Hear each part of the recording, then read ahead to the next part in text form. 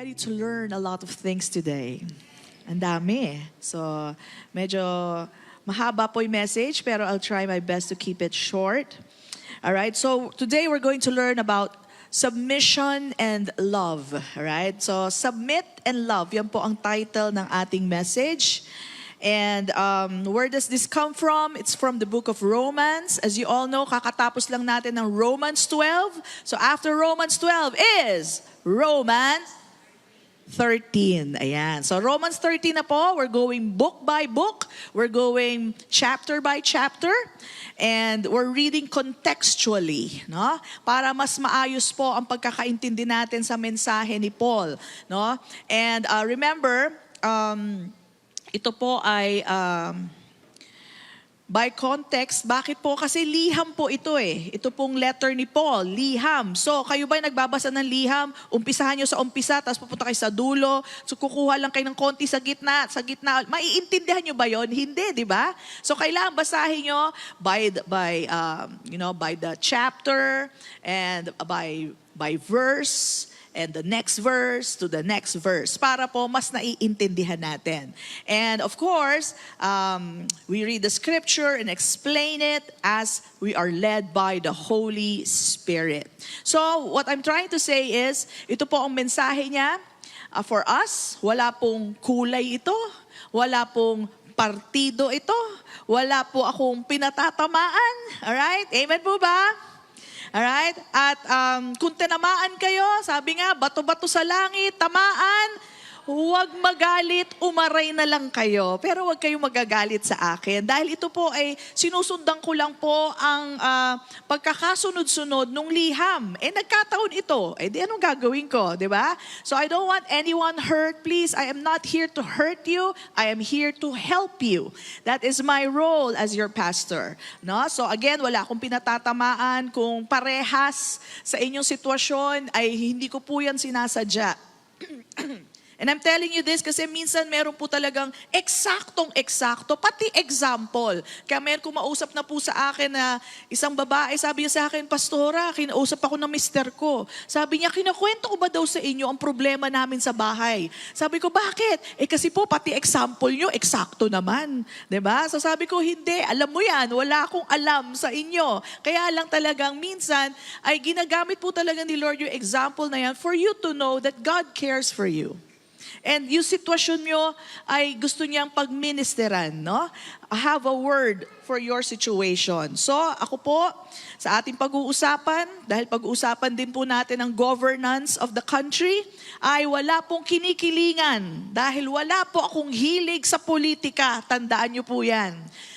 Politics to me is like football.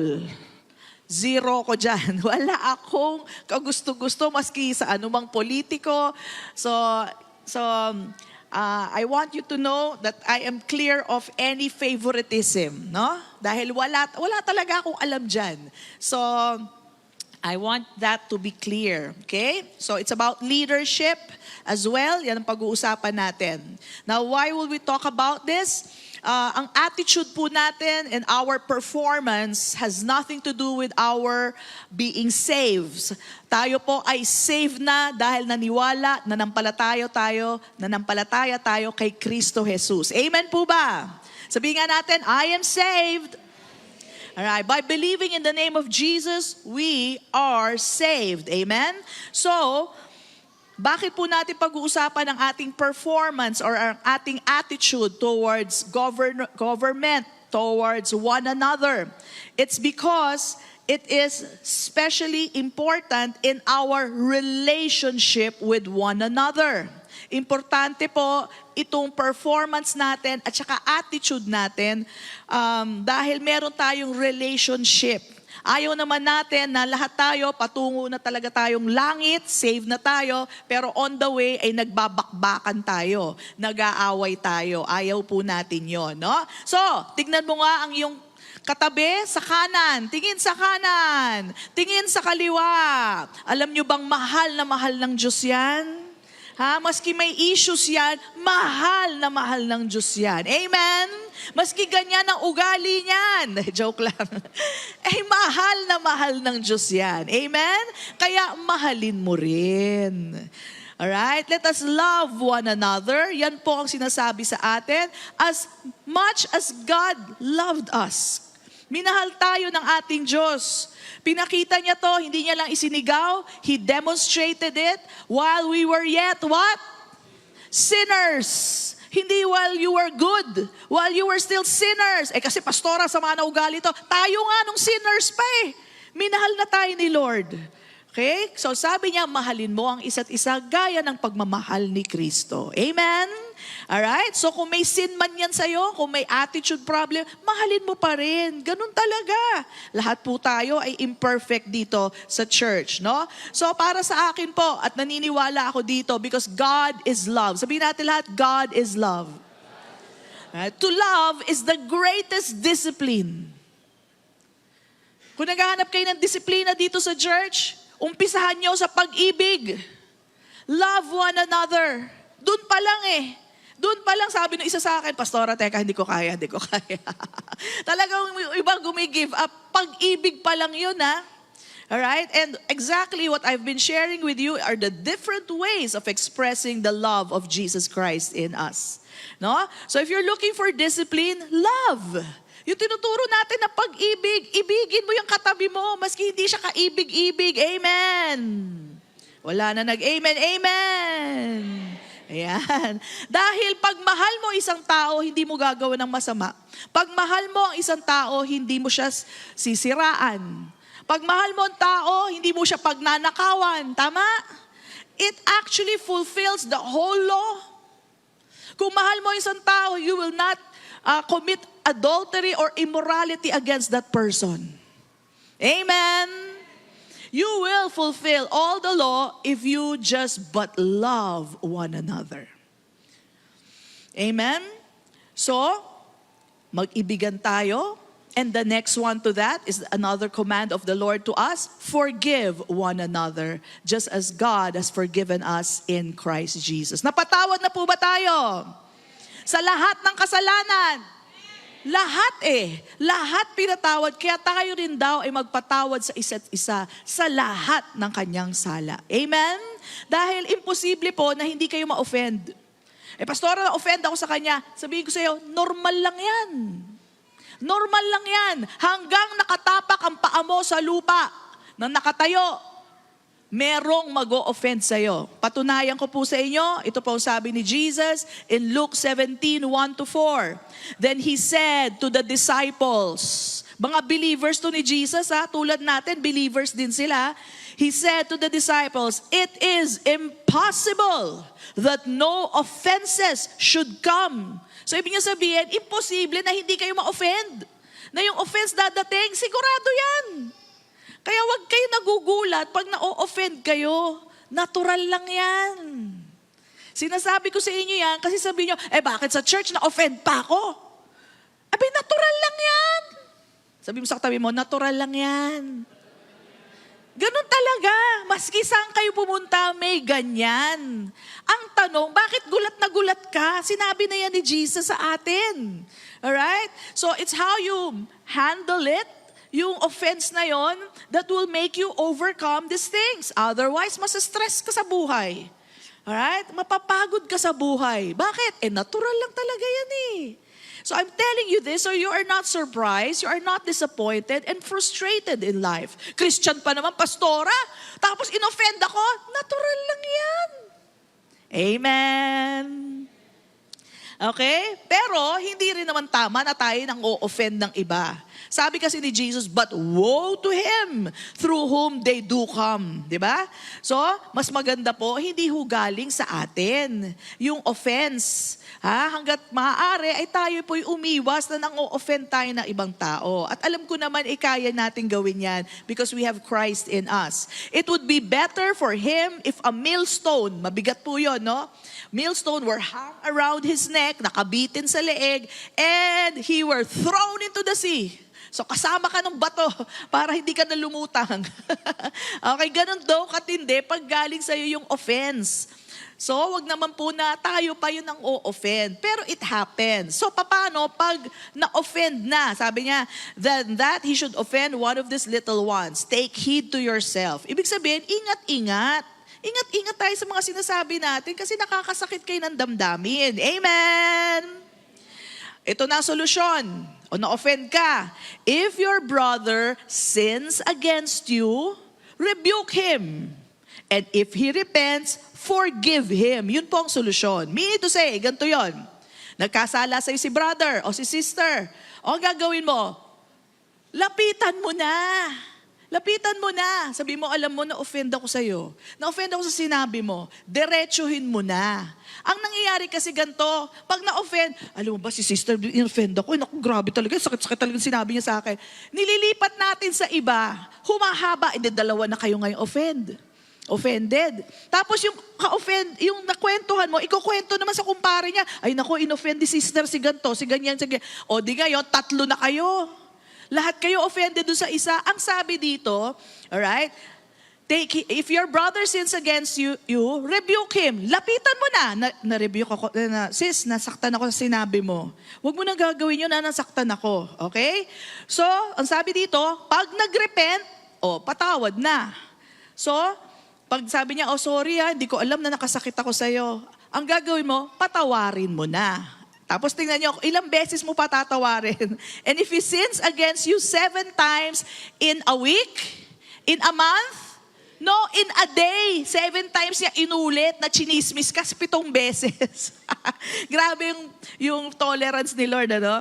And 7 times in a day returns to you, 7 beses din bumalik. Sabi niya, I repent. Anong gagawin mo? You shall forgive him. Ibig sabihin, patawarin mo. Tulad natin, minsan makulit din tayo, di ba? Lord, hindi ko na gagawin. Aba, inulit-ulit. Lord, promise, sorry, hindi ko na ulit gagawin. Inulit-ulit. Ganon din naman tayo eh. So kung ano yung kapatawaran na natanggap natin sa Panginoon, yun din ay ibibigay natin sa iba. Wag niyong kakalimutan yung servant na pinatawad nung king sa napakalaki niyang utang. Tapos tinawag niya may utang sa kanya. Pinatawad na siya, di ba? Hindi siya nakulong. Tapos tinawag niya may utang sa kanya. Mas maliit naman yung utang nun, hindi nakabayad, pinakulong niya, nagalit yung hari. Sabi, ikaw pinatawad kita sa malaking kasalanan mo, tapos yun hindi mo mapatawad, tinapon siya sa kadiliman, kinulong siya. So there's a story there, there's a lesson there, alright, na tayo ay dapat magkapatawaran. Amen! Okay, because it is impossible that offense will not come. Sino dito hindi pa na-offend? Taas ang kamay. Siguro yung batang maliit magtataas ng kamay. Pero lahat tayo dito na-offend na. It's natural, it's normal. Pero wag naman na sa'yo pa manggaling yung offense. Pero ito sasabihin ko sa inyo, dun sa mga na-offend minsan. Ito at least makita nyo lang to side na to. Minsan kasi, yung nang offend sa'yo, hindi niya alam. Hindi niya alam na ka-offend siya. Tapos ikaw lungkot na lungkot ka, grabe, ginawa sa akin. Yung isa naman walang pakialam dahil hindi niya alam na ka-offend siya. Example, nagkita kayo dyan sa lobby. Uy, sis, kamusta? Uy, ang taba mo ngayon. Tapos ikaw naman, grabe to. 1 buwan na ako nag-workout, nasabihan ako ng mataba. Hindi na nga ako kumakain, 1 beses ang araw na lang, omad na nga lang ako, sasabihan ako nito. Tapos sabi niyo, sige, bye-bye sister. Umalis yung isa, tuwang-tuwa, wala lang sa kanya yun. As in, wala lang sa kanya. Akala niya nag-high lang siya. Hindi niya alam, broken-hearted na yung isa dahil 1 buwan na nagda-diet. Can you imagine? That's, ikaw galit na galit ka. Alam niyo gawin niyo, lapitan niyo si sister. Hindi niya alam yun. Uy sis, 1 buwan na ako nagda-diet. 1 buwan na ako nag-workout. Huwag mo naman sasabing mataba ako. Nakakasakit ka naman ng damdamin. Ganun lang po yun. Hindi niya alam. Promise, hindi niya alam. Okay? So tayo po minsan, offended, and I understand you, nasabihan din ako ng gano'n. Pero, mas maganda, lapitan na natin si sister kasi hindi niya alam ginagawa niya. Ginagawa pa niya sa iba.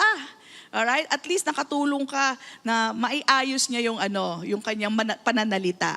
Tayo naman po ay mag-ingat din sa ating mga pananalita. Minsan pa basta-basta tayo kung magsalita, di ba? Isipin muna natin, baka may pinagdadaanan tong tao na to, kung ano na lang sinasabi natin. Amen! Alright, so let us always speak with grace. Ayan, bumati tayo. Uy sis, ang ganda mo ngayon. Uy brother, ang kisig mo ngayon, di ba? Pero wag tayong yung may negative na kasama, no? So, let's not offend one another kasi hindi daw maganda yon. Woe to you pagka ikaw inang o-offend, di ba? So, let's treat each other very well as brothers and sisters dahil pagkatapos nito, magkikita tayo sa langit, tayo-tayo din. Amen?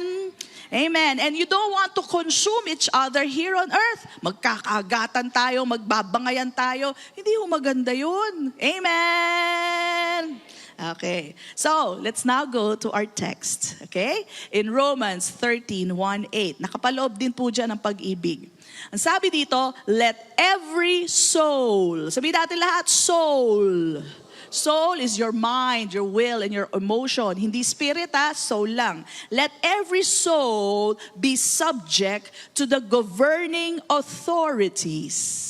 Kung sino man ang nagli-lead, magpa-subject daw tayo o sumunod tayo o let us submit. For there is no authority except from God. Okay? Lilinawin natin yan mamaya. And the authorities that exists are appointed by God. Therefore, whoever resists the authority, resists the ordinance of God. Pag nire-resist mo daw yung nakaupo, it's as good as, tantamount to, si God ang sinusuway mo. Are we getting this? Are we getting this? Minsan kasi pag may politika na, nakakalimutan na yung word of God. Hello? We are believers. That's common to unbelievers, but not for you. You are believers. Amen? We value the word of God. Amen. Okay, sabi sa inyo, wala akong kinikilingan. Talagang ito lang talaga sinasabi ni Lord. Therefore, whoever resists the authority, resists the ordinance of God. And those who resist, look at this, ikaw daw na nag-resist, will bring judgment on themselves. Sino nagbigay ng judgment? Ikaw o ang Diyos? Ikaw din. Ikaw din na nag-bring ng judgment sa iyo. Bakit? Sinuway mo Sila yung nakaupo. Tapos susuwayin mo. Amen.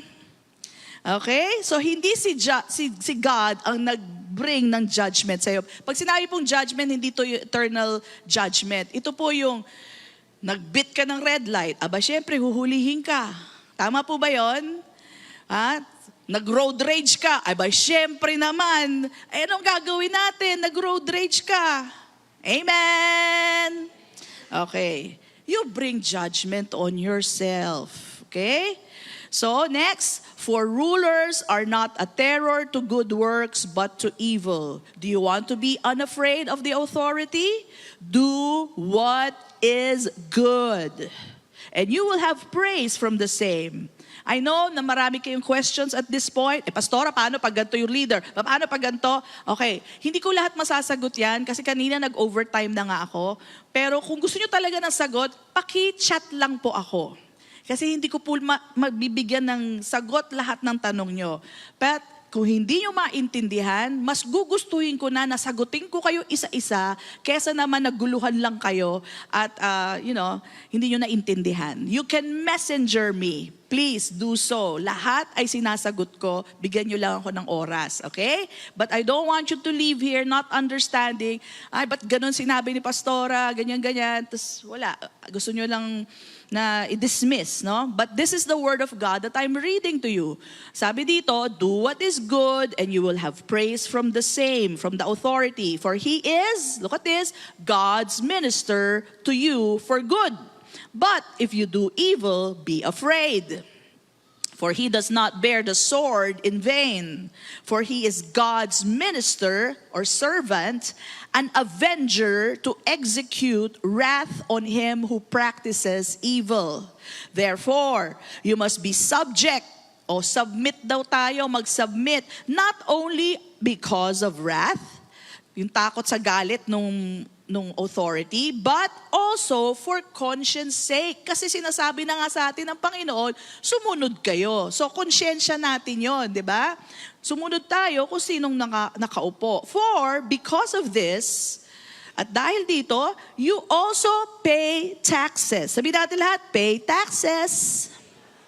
For they are God's ministers. Inuulit, paulit-ulit. God's servants daw sila. Attending continually to this very thing. Render therefore to all their due. Taxes, to whom taxes are due, right? So, sinisingil tayo ng taxes, di magbayad tayo. Customs, to whom customs, right? So, kailangan ba magbigay-pugay ako? Di magbibigay-pugay ako, di ba? Alright, fear, to whom fear, honor, to whom honor, owe no one anything except to love one another. Sabihin natin lahat, love one another. For he who loves another has fulfilled the law. Amen? Pastora, iba kasi yung political stand nila. Ang sagot, love one another. It doesn't matter kung iba ang kanyang political standing. Love one another. Imposible bang gawin yon? Maski ibang kaiba kayo ng politics, sinong boboto? Hindi ho imposible. I can still love you maski sinong gusto mo iboto. Amen? Okay? Pastora, may sinabi sa akin hindi maganda. Love one another. Amen. Wala na nag-amen. Sinaktan ako, Pastora. Love one another. Okay? Are we hearing the word of God? I'm only declaring to you the word of God. I know it's such a challenge sometimes, especially pag emotional ka na. Ang hirap gawin, pero alam nyo, mas maginhawa gawin. Yung hindi ka nagalit, ay, ang sarap no, nakalaya ka. Kesa yung galit na galit ka, yung isang tao, walang pakialam sa'yo. Kasi sa kanya, hindi ko naman alam na offend ko siya eh. That's the thing. Ikaw nagkasakit ka na, nag-stress ka na, kakagalit doon sa tao, yung tao hindi niya alam na na-offend ka niya. Or alam niya, pero tingnan mo yung benepisyo sa'yo. Ang nangyayari sa'yo ay napupuno ka ng galit. Hindi ka makakain, hindi ka makatulog.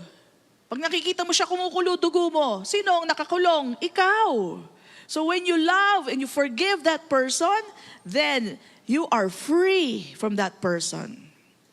At kung alam natin na lahat naman ay nagkakamali at lahat tayo pinatawag na ng Diyos, pinatawad na ng Diyos sa ating sala, mas madali po nating malalakaran ito. Amen? Amen. So, love one another at marami tayong maiiwasan na away, heartaches, stress, pain, and even sickness. A lot of sickness comes from strife. Yung sa galit mo. Hindi to lahat hindi to lahat. But some, the science have found out, hindi to lahat. Ulitin ko. Some cancers are because of anger and unforgiveness. Hindi lahat.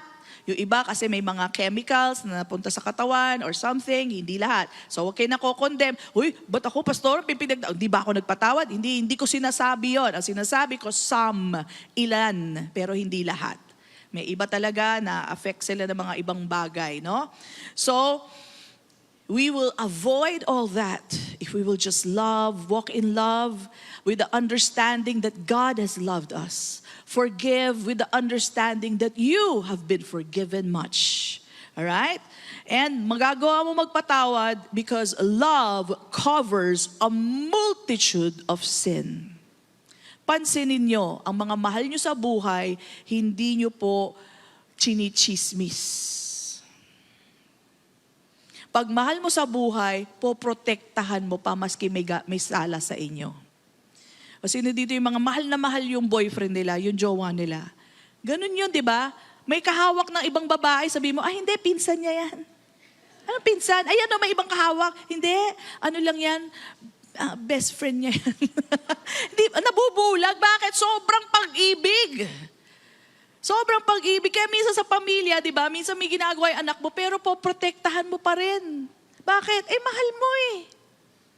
Amen? So, ganun po ang nagagawa ng pag-ibig. Love covers a multitude of sin. Love is so powerful na maski may kasalanan sa'yo, yung anak mo, pauuwiin mo pa rin, pakakainin mo pa rin, bibigyan mo pa rin ng allowance. Bakit? Pag-ibig. Amen? Mga kapatid, magmahalan tayo. I beseech you, brothers and sisters, magmahalan tayo. Alam niyo ba kung bakit tayo napatawad ng Diyos sa past, present, and future sins? Dahil sa pag-ibig ng Diyos sa atin. Wala tayong kasalanan na hindi pinatawad ng Diyos. Lahat napatawad ng Diyos. So ganun din tayo. Walang kasalanan ng ating kapatiran na hindi mo mapapatawad kung lalakad tayo sa pag-ibig. Sa pag-ibig ng Diyos na nasa atin. Amen? Now, tandaan po natin to, not all people will like you. Biggest revelation, not only by knowledge but by experience. Alam ko yan, not everybody likes me and it's okay. Alright? So, kung hindi po kayo gusto ng mga tao, okay lang yan. Hanapin nyo yung mga taong gusto kayo. Amen? Huwag nyo nang ipilit yung sarili nyo doon sa ayaw sa inyo. Ganun talaga. Si Jesus nga sobrang perfect pero hindi naman siya ginusto ng lahat. Ginantihan siya ng iba, ginawa siya ng mali, pinako siya sa krus. Jesus is perfect. We are in good company. Amen? So kung hindi ka gusto ng tao, okay lang yon.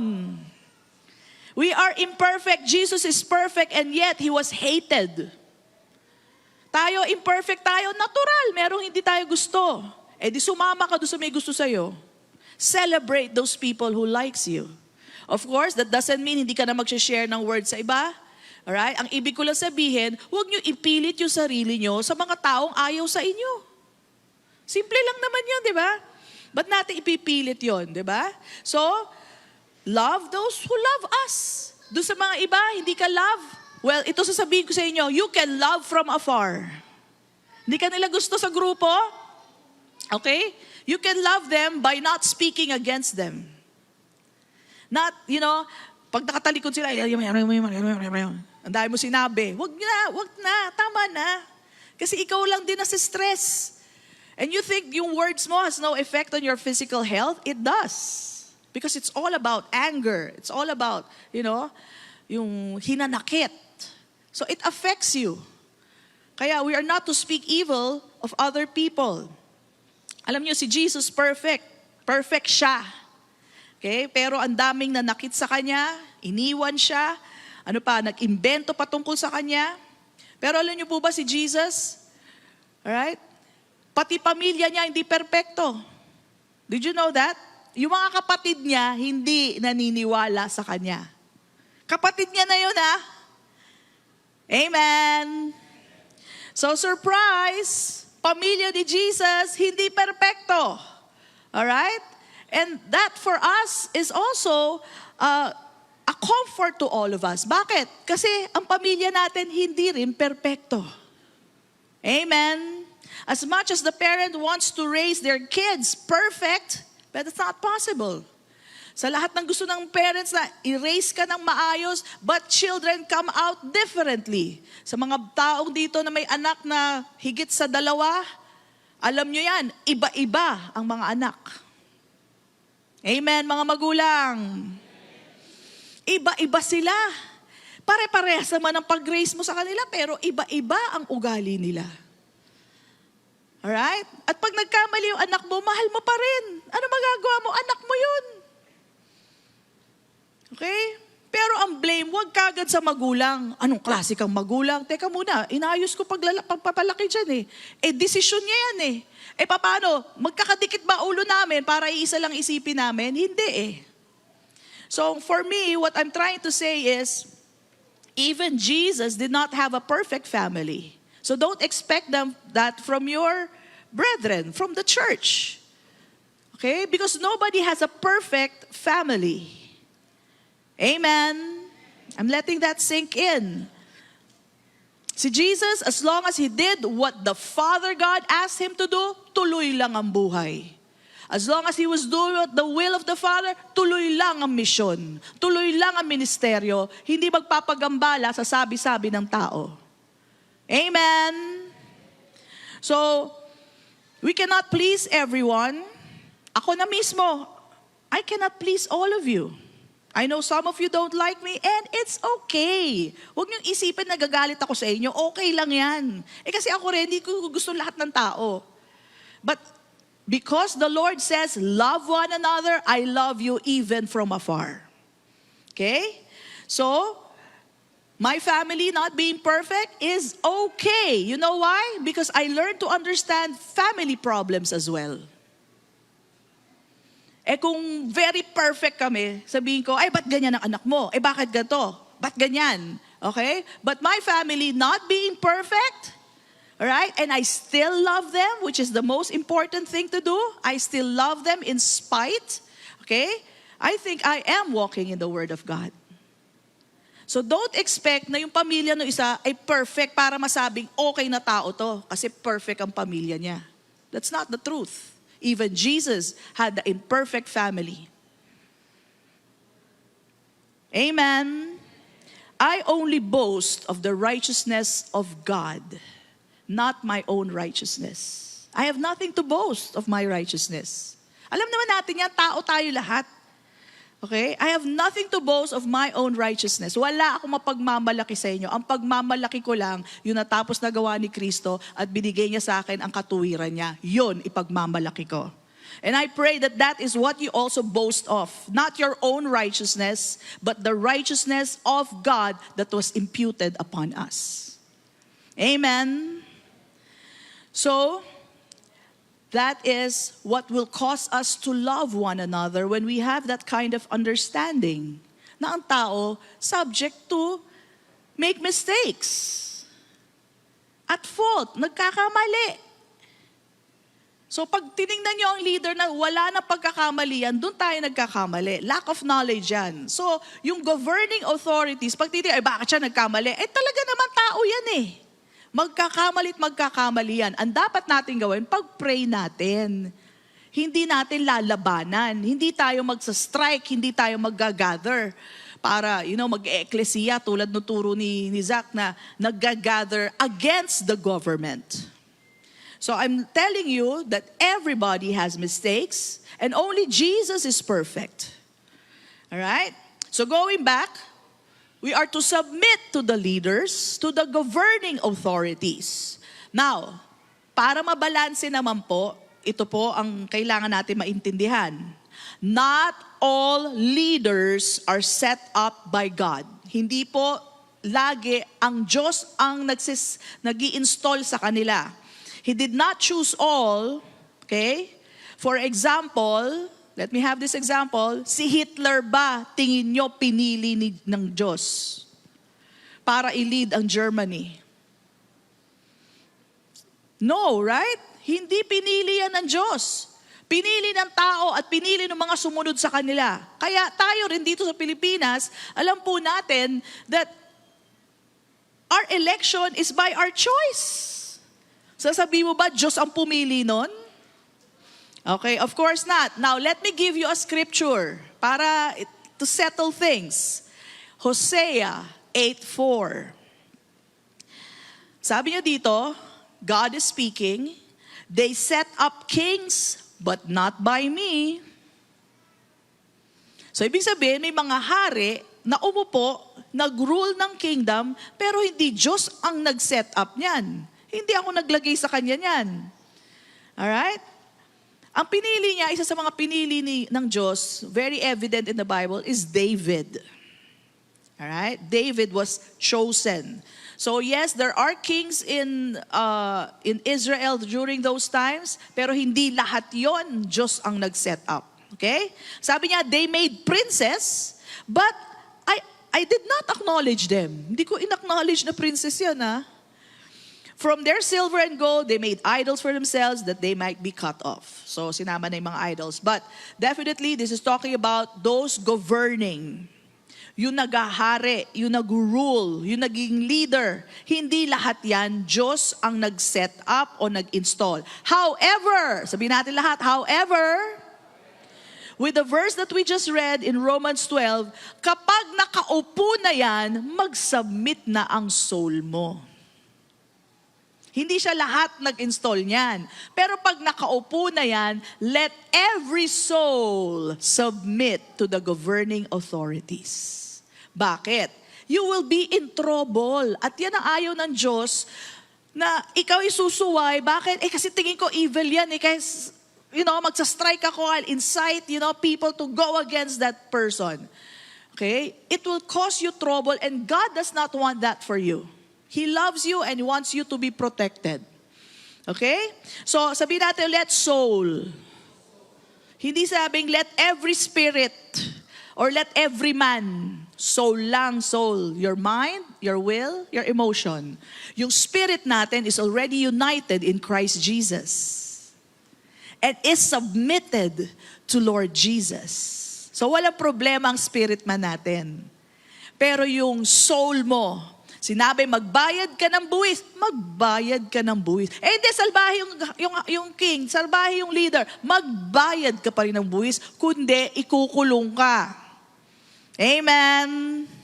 Pag sinabing don't beat the red light, kundi matitikitan ka. Amen. So pwede naman yun eh. You can, submit to the government and still be godly. Your spirit is one with God and submitted to God. But you can submit your soul to the ordinance of the governing authorities. Alright? So, example, yung mga apostles, they have been preaching about Jesus Christ, about the way. And then nagalit sa kanila yung Pharisees. Yung Pharisees were the leading religious, leaders during that time. Anong ginawa sa kanila? Pinagpapalo sila, they were punished, and they were told, do not preach again in that name.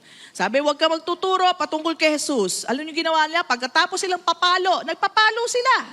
Pagkatapos nilang ma-beat up, lumabas sila, they went with joy. They were rejoicing. Okay? Yun ang sabi po. They rejoiced and counted themselves worthy to suffer for the gospel. And then, they continued to preach. Okay? So, ibig sabihin, pwede naman mangyari na sumusunod ka, hindi sila nagtaas ng billboard o ng placard at sinabi, down with the Pharisees. Okay? Labanan yung mga Pariseo na yan. Wala po silang ginawang ganon.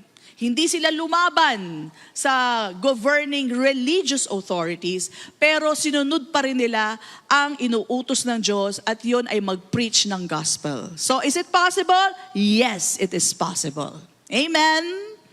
So whether in a country, city, barangay, in your church, and in your family, submit to the leaders. Submit to the leaders. Amen?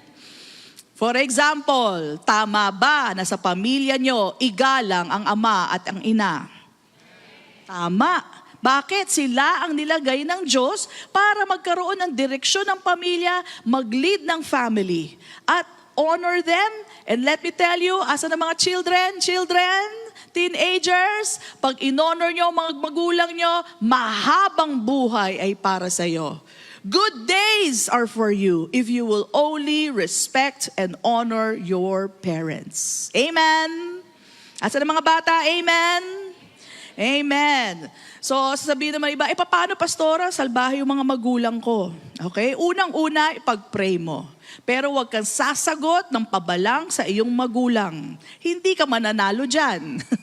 Alright? So, if they are morally wrong, may pinagagawa sa iyong hindi tama. Halimbawa, pinagbebenta ka ng drugs. At alam mo, hindi tama yon. Or, for example, child abuse. Okay? Or, child trafficking. Binebenta ka para maging prostitute ka. At hindi na ho yan, noon siguro, mga 20 years ago, para nakakagulat yan. Ngayon, hindi na nakakagulat. Okay? Kaya binabanggit ko ito. Kung ganun po, ang issue, i-report po sa mas nakakataas na otoridad. Andiyan ang DSWD, andiyan ang ating gobyerno. Find someone who will help you. Okay? Dahil hindi po normal ang isip ng inyong magulang kung ganun po ang pinagagawa sa inyo. And I know sa matagal na panahon, parang hindi mo ipipreach yan sa church. Pero ngayon, kailangan mo na i-preach sa church. Alright? Because these are happening. Meron po mga lasinggero, meron mga addict. At, minsan, pati anak nila ay sinasaktan nila. So, hindi nila alam ginagawa nila, kaya kailangan po ng tulong. So, kailangan po natin silang tulungan. But of course, we are to pray for our parents and obey your parents. Amen? Halimbawa naman sa mag-asawa, Sa mag-asawa, alam natin, ang head of the family ay ang lalaki. Malinaw po yan sa Bible, the head of the family is the man, the male. Halimbawa, sinabi sa'yo ng iyong asawang lalaki dahil hindi siya believer, huwag na huwag ka nang a-attend ng church service nyo. Anong gagawin mo? Paano yun, pastora? Diba? Okay. So, ang gagawin mo, hindi mo aawayin ang asawa mo. Kasi nagsasubmit ka sa kanya. Alright? Tapos, ipagpe-pray mo. Because God can make a way where there seems to be no way. So, lumapit ka muna sa Panginoon. Okay? And then, allow the Lord to deal with that person. Okay? Now, bigyan ko na lang kayo ng testimony para mas madali. Classic na to, alam na to na marami. With Pastor Mike and I, ganun po ang issue. So madalas ako pumunta sa church, pero sinasabi niya sa akin, huwag ka pumunta. So laging hindi ko pinapansin. Nung aka-church ko, na-realize ko, I am supposed to submit to my husband. Alright? So, sinabi niya sa akin, huwag kang pupunta ng church. Binigyan ako ni Lord ng wisdom. Okay? Sabi ko sa kanya, sige, hindi ako pupuntang church. Mabait naman si Pastor Mike maski hindi pa siya pastor noon. Hindi pa siya pastor noon, kaya niya ako pinipigilan. Sabi ko, sige, hindi ako pupunta ngayon. Alam niya, importante sa akin yun. Ano yan non-negotiable sa akin ng Sunday Alam niya na ang laking sakripisyo ko yun pag hindi ako pupunta sa church. So sabi ko sa kanya, sige, hindi ako mag-a-attend ng church ngayon, pero next Sunday, sama ka sa akin. Dina-corner siya ngayon. Nakikipag-deal siya So sabi ko, sama ka sa akin next Sunday. Sabi niya, sige. Galing lang sa ilong yon. Pero wala siyang magawa nung next Sunday. Alam niya, away na yon pag hindi siya sumama sa akin. So, kasi pinagbigyan ko siya alam niya, sobrang importante. Para ibigay ko sa kanya yon ay talagang nag-submit ako sa kanya. So, look at this. Because you did the Word of God, you submitted first. Right? Pwede mo na ngayon siyang madala. So I submitted and he saw that na nag-submit. So he went with me to the church. Okay? So nag-attend siya. Of course, syempre yung unang punta, parang ano ba yung mga ginagawa na yun. Sabi ko, next time, sama ka ulit kasi dedication ng pangalawang anak ko. So, sabi niya sa akin, sige, sama ako, pero huwag kang makasayaw-sayaw doon Di ba? Kasi mga palakpak tayo. Pag nakita kitang sumasayaw doon, syempre ganun pa isip Pag nakita kitang sumayaw doon, iwanan kita. Hindi naman ako iniwan.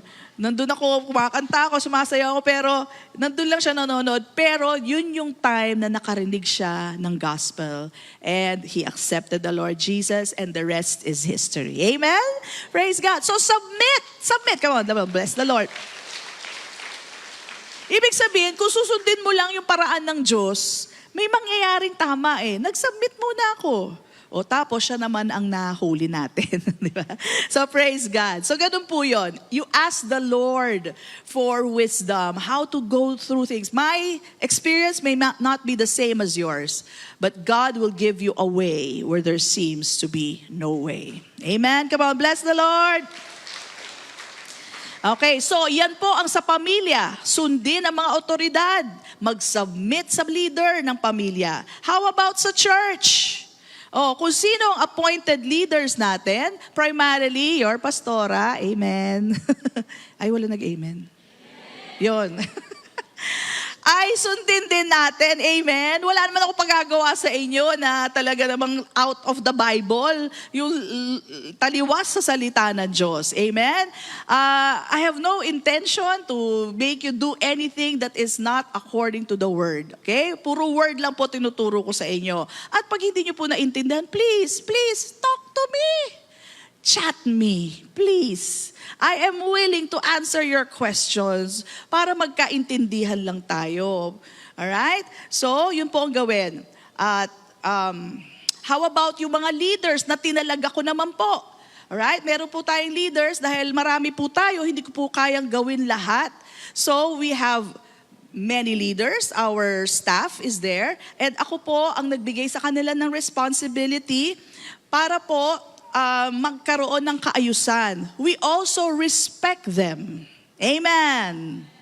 At pag kayo naman po, ang nabigyan ng responsibility, don't you worry, we will give you the same respect. We will. Alright? Kasi nabigyan po kayo ng authority. At tatandaan nyo lang po, I don't micromanage. Ibig sabihin, pag binigay ko na po sa kanila yung leadership, hindi ako masyado nakikialam. Not because I don't care, but because I respect their leadership. I guide them from afar. Pag kailangan lang ako, tsaka ako papasok, hindi yung binigay ko na sa kanya, tapos, ay hindi mali yan, ba't yung ginagawa mo? Ito gagawin mo. Sabi ko sa kanila, grow in your leadership. I am not that kind of pastor na naiinggit ako, hoy bakit ang dami na sumusunod sa kanila? Bakit sa akin ganito? Wala po kung ganyan. Sabi ko, grow. Grow in your leadership. I would love to see you grow in your leadership. Tanong niyo po yung mga staff natin, yan lagi ko sinasabi sa kanila. Because their growth is the growth of the church. Para naman po sa church ito, hindi po para sa akin.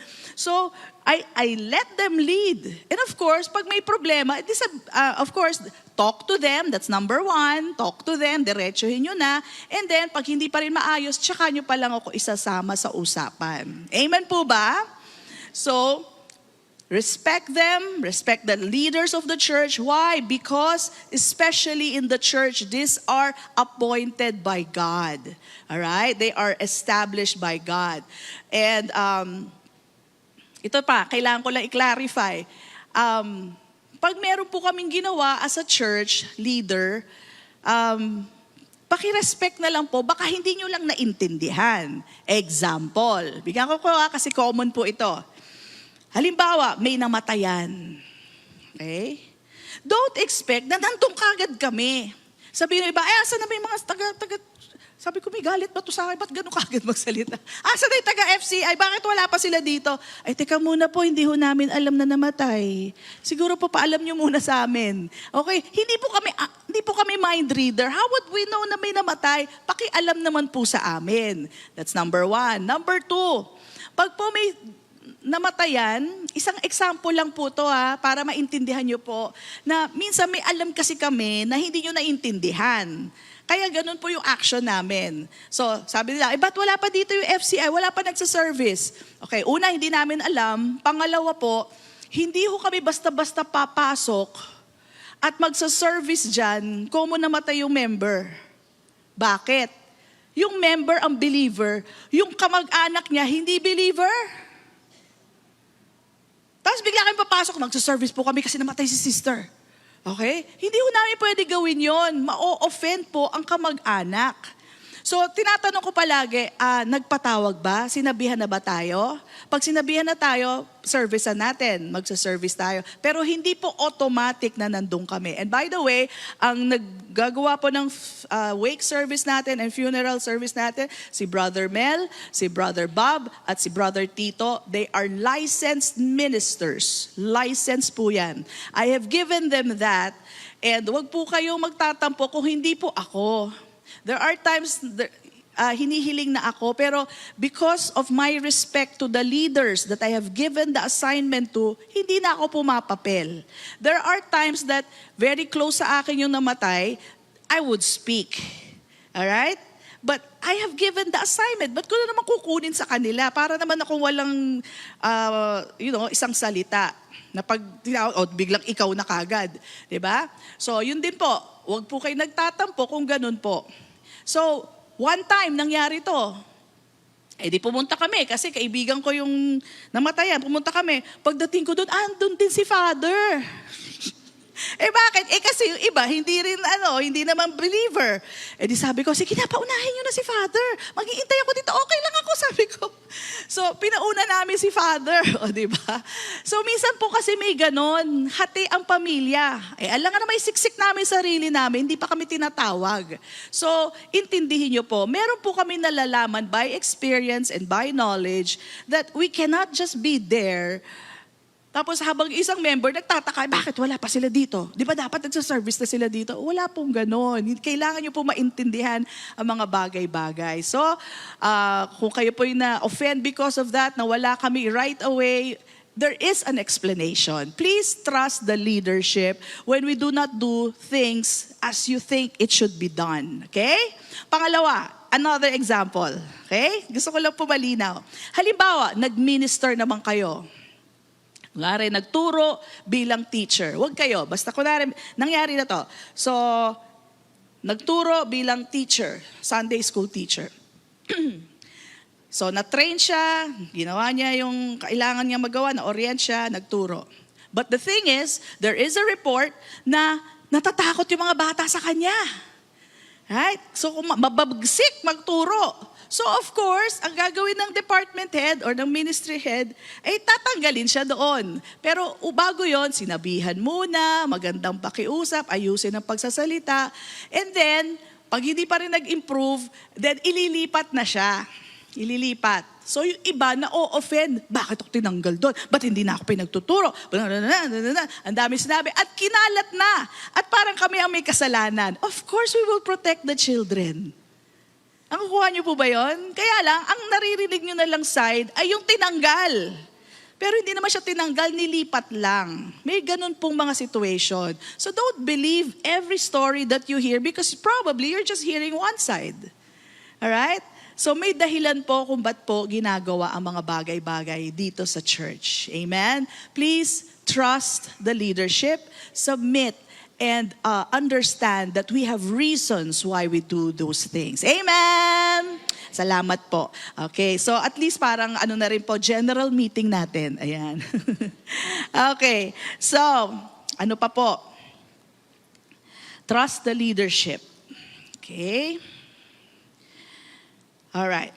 So, as your pastor, kung kayo naman po ay nasaktan, on the other hand, don't worry, I will, listen to you and comfort you and clarify things para maintindihan nyo. Minsan, it's just a matter of clarification, maintindihan nyo, ay, ganun pala, di pala ako kailangan magalit. Di pala ako kailangan ma-offend, di ba? So, a little talk will do a lot of good. If you will just come to me, my door is open. My chat group, my chat is open for you. Okay? At tandaan natin, again, the church is made up of imperfect people with issues. Tama po ba? May mga issues, kanya-kanya yan eh. Ay bakit ganun, pastora? Puro may issue. Teka muna, Jesus came for the sinners, not for the perfect. At kung mapuno to, lugar na to ng sinners, they are all welcome to stay. Amen? Hindi ako magpapalayas dito o hahabulin ko kayo, bakit ganito ang buhay mo? Bakit ganyan ang buhay mo? Hindi ko po gagawin yan. I cannot.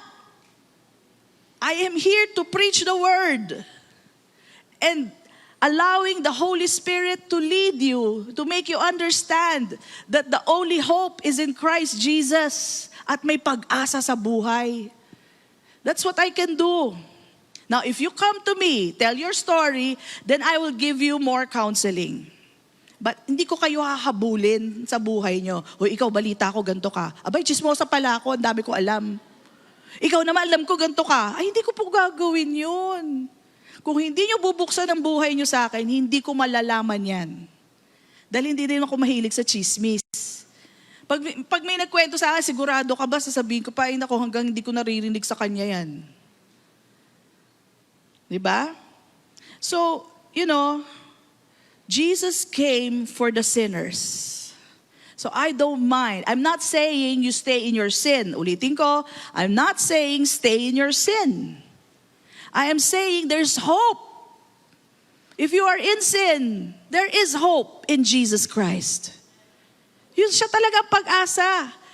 At ang Diyos, walang tinataboy na sinner. Walang tinataboy na taong may issue. Amen. So, here in church, we love one another in spite of our differences, in spite of our issues. That's the way to go. It's the greatest commandment. Love one another. And ito pa, hindi naman kayo gutom, kaya pa natin to. Mahaba pa eh. I try my best to smile at each one of you. Ayan o. Pero pag hindi ko naman kayo nangitian, maawa naman kayo sa akin. Ngalay na nga yung ngilit. yung gilagid tuloy. Ano ba tawag dito? Yung joke, yung pangako. Kakangiti sa tao. Tapos sabi, si pastora talaga, hindi ako nginingitian. Kung naman, naman, syempre hindi ko kayo lahat madadaanan. Gustuhin ko man, uubos po ang oras natin, mangitian ko lang kayo. Ito na nga, oh.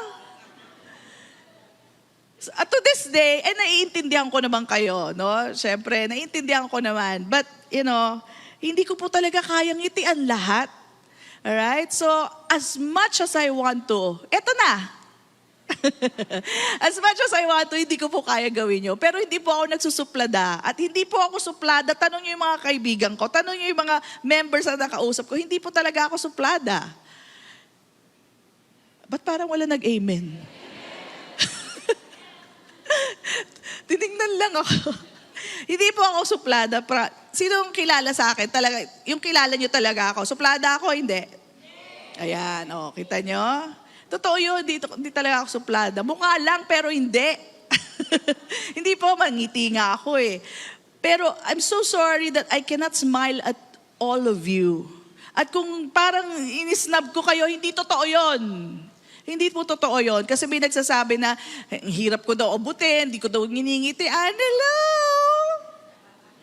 Hindi po posible. Kung pwede lang, hawakan ko lahat kayo sa balikat at ngitian kayo. Kung pwede lang po. Hindi naman po pwede. Hindi naman po, nakakatawa naman po yun, di ba?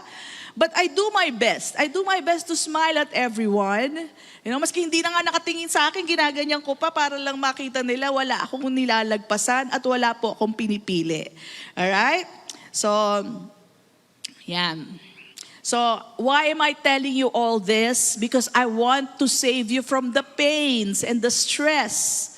Naakala nyo, iniisnab kayo. Naakala nyo, si sister ginanto ko. Ganun talaga sa church. Maski sa labas. Alright? Kaya lang mas masakit kasi pag kapwa believer mo, believer pa naman, parang ganun ang dating. Pero ganun po talaga. Si Jesus po, appointed, listen to me, we're back in the topic. Jesus appointed imperfect leaders. None of them were perfect. Maski si John na napakabait, bago siya naging John the Beloved, John the brother of James yan. At ang tawag sa kanila, Sons of Thunder. Bakit Sons of Thunder? Abay, gusto ba naman patamaan ng kidlat at apoy yung isang village? Ini-incite nila si Lord, pasabugin natin yung mga yan. Pero yung insight ng Diyos, ganun po sila kainit ng ulo. Okay? So imperfect sila. Si Peter, kilala nyo na ang imperfection niya. Pero kung hindi pipiliin ni Jesus yun, sino pipiliin niya? Di wala. So kung sasabihin nyo, pastora, kasi ganito yung leader mo. Teka muna, bakit perfect ka ba? Lahat naman tayo may kahinaan. Amen? At ito tatandaan nyo, it is better to have imperfect leadership than no leadership at all. Amen? Kanya-kanya yan. Ang gulo nun. So, tanggapin na natin. Siyempre, nagkakamali rin naman ang leaders. Ako na mismo, nagkakamali rin ako. Pasensya naman. Amen? Pero magulo po pag walang leaders. Walang matatapos, kanya-kanya po tayo. And to expect leaders will always be correct and no weaknesses is your lack of understanding. Kasi lahat ay nagkakamali. Amen po ba? At minsan, ang nakikita lang natin, isang side. So, sino ba gagamitin ko example? Grace, alika Grace. At si Malu, alika. Okay. Teka muna, tatago ko muna to. Nakita ko to sa isang, sige, akyat po kayo. Talikod, tapos talikod kayo. Okay, tingin. Ikaw dito ka titingin. Akyat ka dito. Nakita ko to sa isang post na binigay sa akin ni Jabs. Lapit pa dito. Grace, dito. Ikaw rin dito, yeah. And, this is how we see things. And I want it to be a demo so that makita rin natin na ganon. Okay. So, harap na po kayo. Ayan. Anong kulay po nakikita nyo?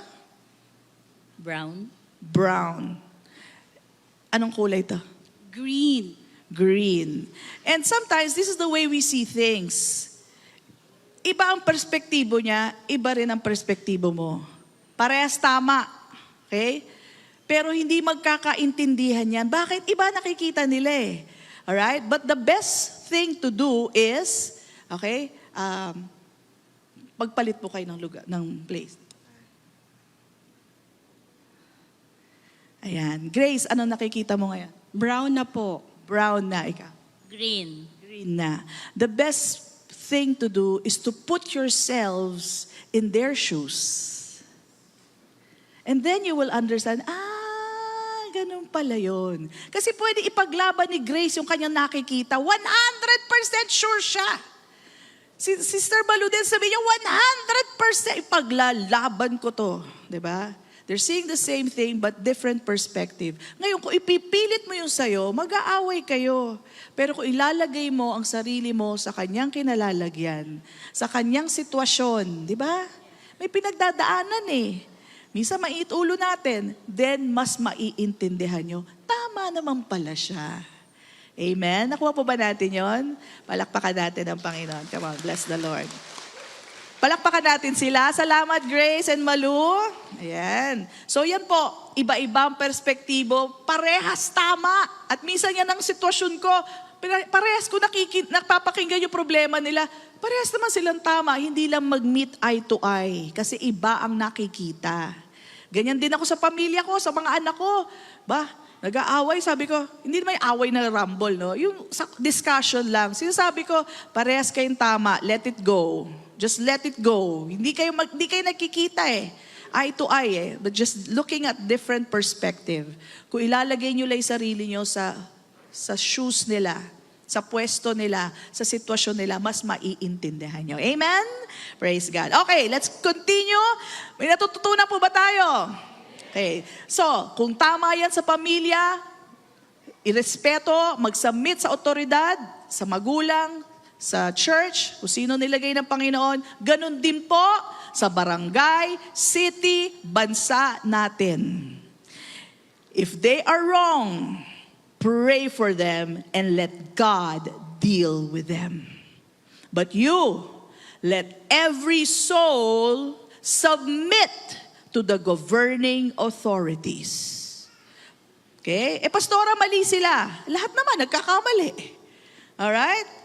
Kaya nga, kung kayo po ay boboto, malapit na po, May 12.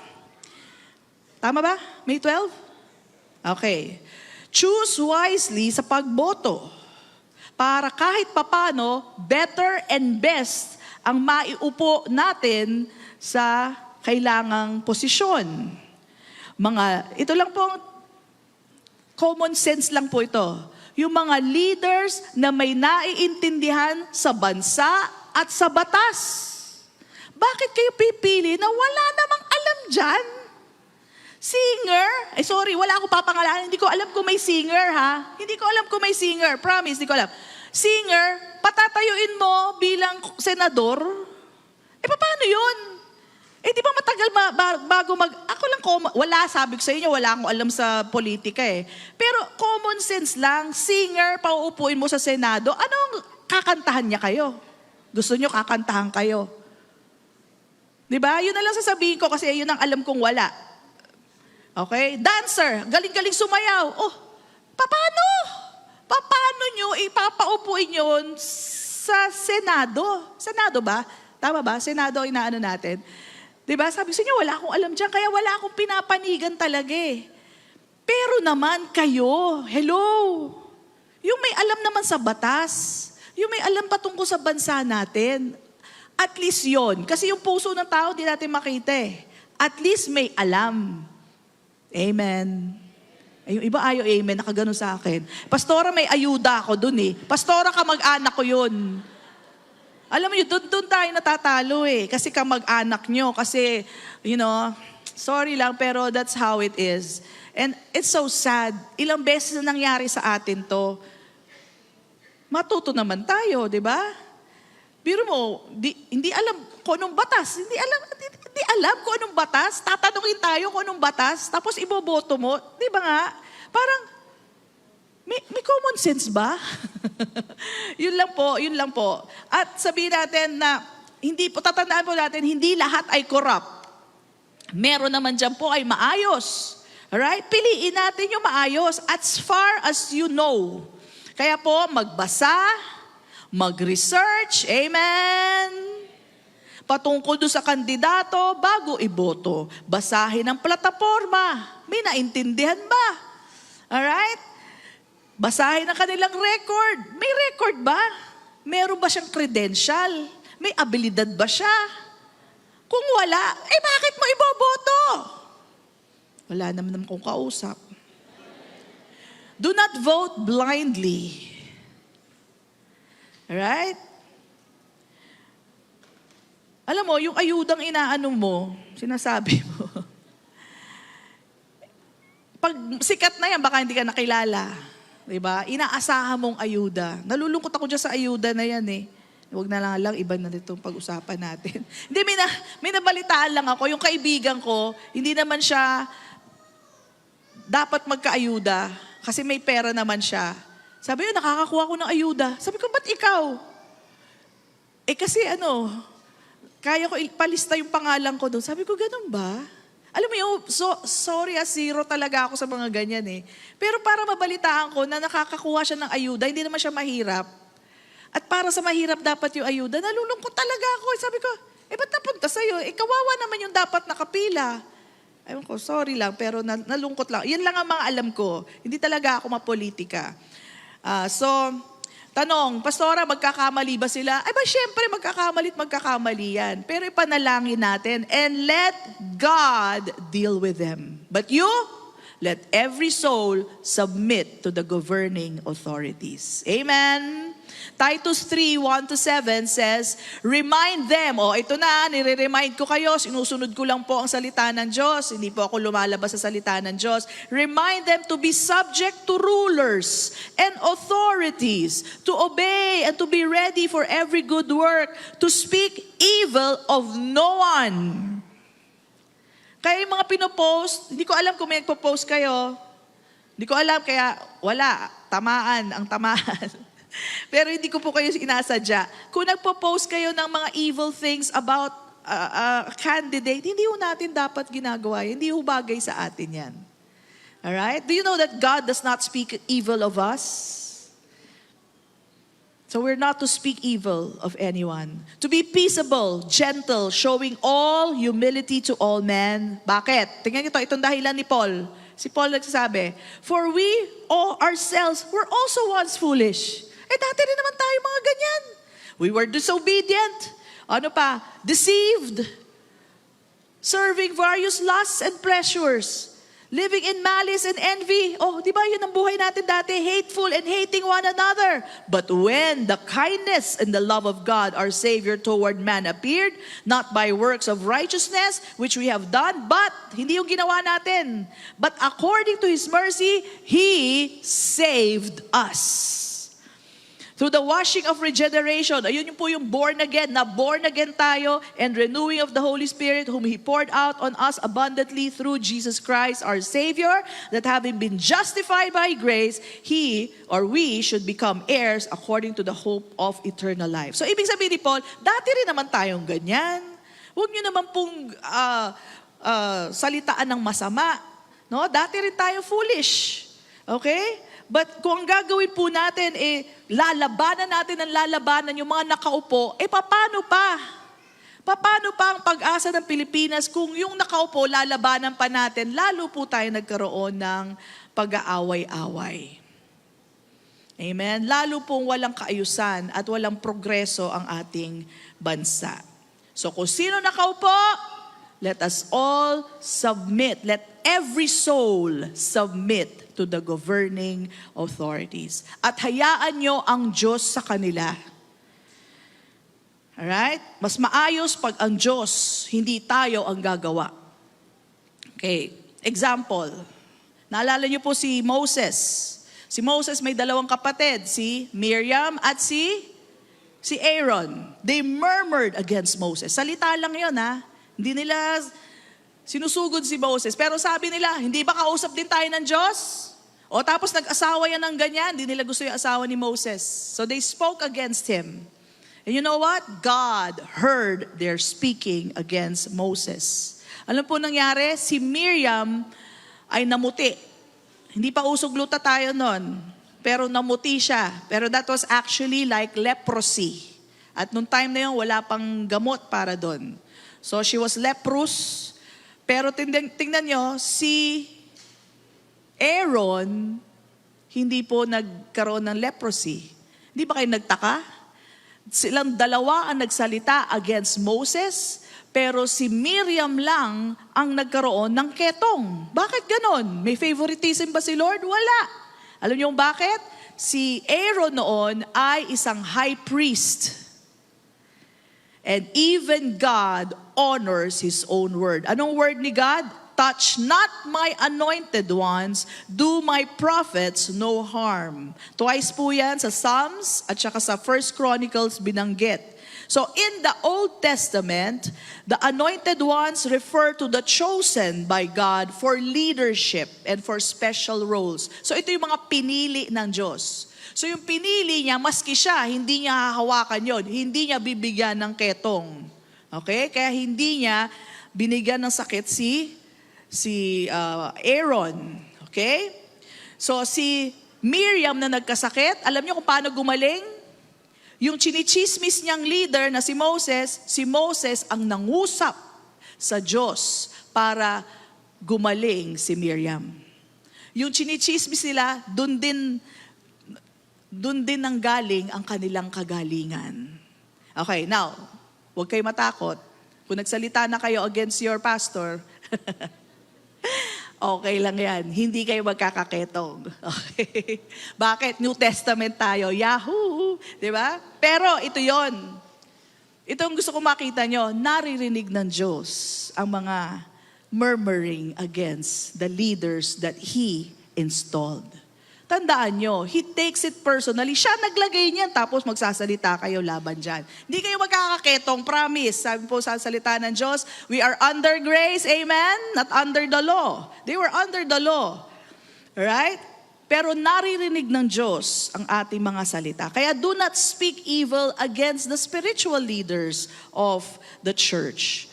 Magandang lesson po yan at manatili na lang lesson from the Bible at hindi po sa ating buhay. Amen po ba? Now, going back to politics, again, wala tayong kinikilingan. I am absolutely free of favoritism. Wala nga akong emosyon para dyan. Tinatanong nila ako palagi, ikaw para kanino ka? Wala. Ganun lang sagot ko, wala talaga Wala talaga. But I only talk about politics, governance, in light of the Word. Dahil may pong salita ang Diyos patungkol sa governance, sa authority, kaya ko lang po binabanggit. Pero ako, wala talaga akong gusto or wala akong kinikilingan. For me, politics is like football game. I know nothing of it. Okay? Parang sigarilyo at alak yan sa akin. Wala akong kaamor-amor sa ganyan. As in zero. Wala po talaga. So I'm doing this because this is the word and you know what is happening in the country right now. Hindi naman po lingid sa inyong kaalaman yan. And it is so sad na because may nangyayaring ganito, believers are forgetting Romans 13. That is so sad. Dahil lang may kinikilingan ka, nakalimutan mo may Romans 13. Okay, now that is expected of unbelievers. They have no value for the Word of God. But you are believers of God. We are not to disregard the Word of God. The Word of God says, let every soul submit to the governing authorities. So my brothers and sisters, I beseech you, just like Paul, mag-submit po tayo. Hindi natin lalabanan. Pastora, paano pag mali ang ginagawa nila? Okay, ganito lang po yun. Simpleng-simple.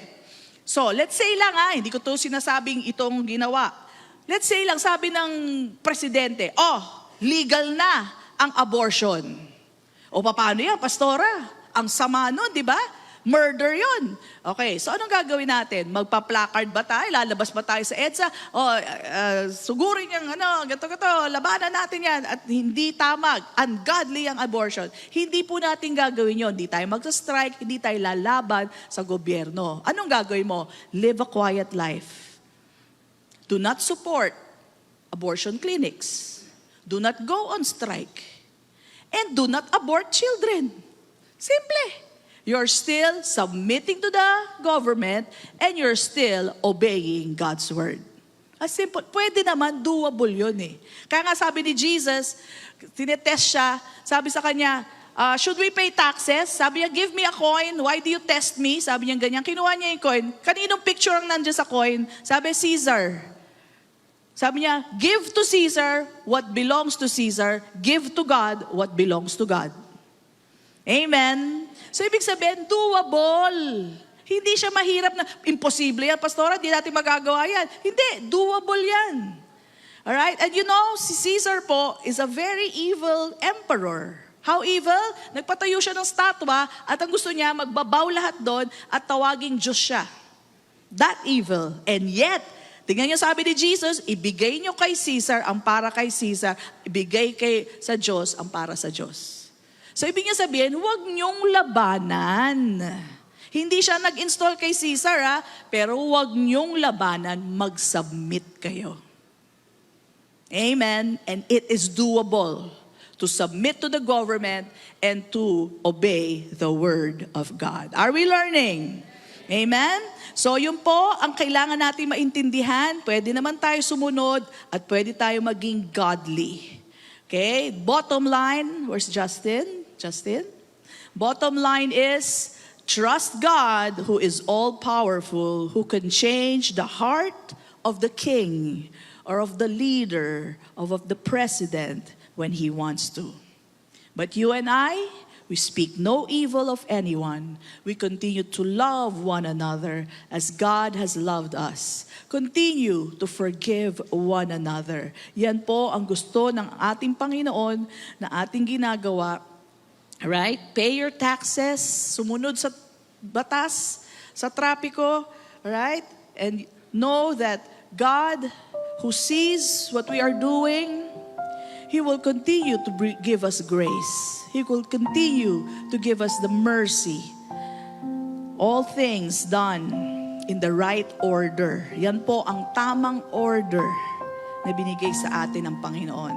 Hindi ka mapapahamak kung susundin natin ang sinasabi ng salita ng Diyos. It is actually for our sakes that He has done this, that He has given us this word. For the Lord's sake, let us submit to the leadership. It is for His sake that we do this.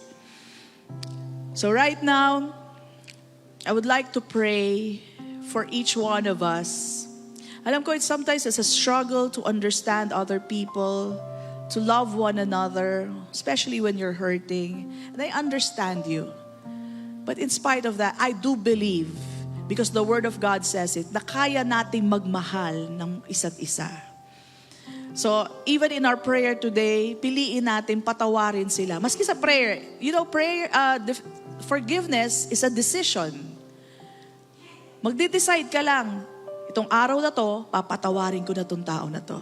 Hindi na ako magmamasamang loob sa kanya, hindi ko na siya iisipan. It's a decision. It doesn't have to involve your feelings. Dahil yung feelings mo nasasaktan pa rin. Pero you will make a decision to forgive that person. It is best for us. God the Father knows what is best for us. So let us pray. So Father God, we thank you that today, as we have heard your word, Lord, salamat sa pag-ibig mo. At itong pag-ibig na to, ito rin ang malalakaran namin. Salamat at tinanggap nyo kami as we are, with all our imperfection, all our mess, all our, weaknesses. And that is why you give us the strength to love others as well. Pinapatawad ko na itong tao na to. Come on, just name that person. Hindi nyo kailangan ilakas in your mind. You just say that person's name, pinapatawad ko na siya sa lahat ng ginawa niya sa akin. And I set myself free from any hatred, from any anger towards this person. I set myself free to enjoy peace and joy in my hearts. And finally, to enjoy healing in my body. The healing that God wants you to enjoy. Thank you, Father God, that I am released from all anger, released from envy, released from hatred. Doon sa mga offense na ginawa na sila sa akin, pinapatawad ko na sila, Panginoon. And I choose to submit myself to your Lordship, Jesus Christ. To the leaders you have given us, I now submit myself. And I do this for the Lord's sake. In Jesus' name I pray. And everybody says, amen and amen. Come on, let's bless the Lord. Praise God, praise God. And I pray that you were released. You were released from any anger. Amen? So are we blessed today? Amen. So, let me read to you Galatians 6:9-10. Ang sabi po dito, and let us not grow weary while doing good, for in due season, sa takdang panahon, sabihin natin takdang panahon, we shall reap if we do not lose heart. Ang sabi pa dito, therefore, as we have opportunity, let us do good to all, especially to those who are of the household of faith. Itong mga kapatid mo, mas maganda, gawan mo pa ng mabuti. Yan ang nararapat para sa atin. Amen? So today, huwag kayong manghihinawa, tatamarin. Let's do cheerfully giving. No? Sa ating pagbibigay, tayo po ay maggalak. Dahil alam natin, meron pong harvest. Sabihin natin lahat, harvest! Sa bawat itinanim mo na buto, laging multiplication. Sino dito nagtanim ka na isang butong mangga, bumalik sa'yo, isa lang din? That's impossible. Dapat mas marami ang bumabalik. Ganon din po ang harvest natin. Kaya po ito tinawag na harvest kasi po hinahalin tulad yan sa pagtatanim. No? Yung itinanim mo, babalik sa'yo mas marami. Pero yung tinanim mo, malaki na naitulong sa kapatid mo sa agawain ng Panginoon. Amen? So do this cheerfully knowing that you will have your harvest in due season. Kung tayo po'y handa na, itaas po natin ang ating mga kaloob as the Lord leads you today. Let us give. Father, we thank you. Oh, how blessed we are, Lord God, that we can give cheerfully, Lord, knowing that there is a harvest for me. Not overnight, but in due time, we will have our harvest and much more than what we have sown. Salamat, Panginoon, sa economic system na binigay niyo sa amin, kung saan pwede kaming umangat sa buhay. Hindi maghirap, kundi lagi pong may ani sa buhay. Salamat, Panginoon. This is more than what our work can give us. This is more than what our businesses can give us. This is from you. And we thank you for the great harvest that we will receive. Declaring all businesses are blessed. Declaring all work and the works of your hands blessed. In the name of Jesus Christ. And everybody says, Amen. Amen and amen.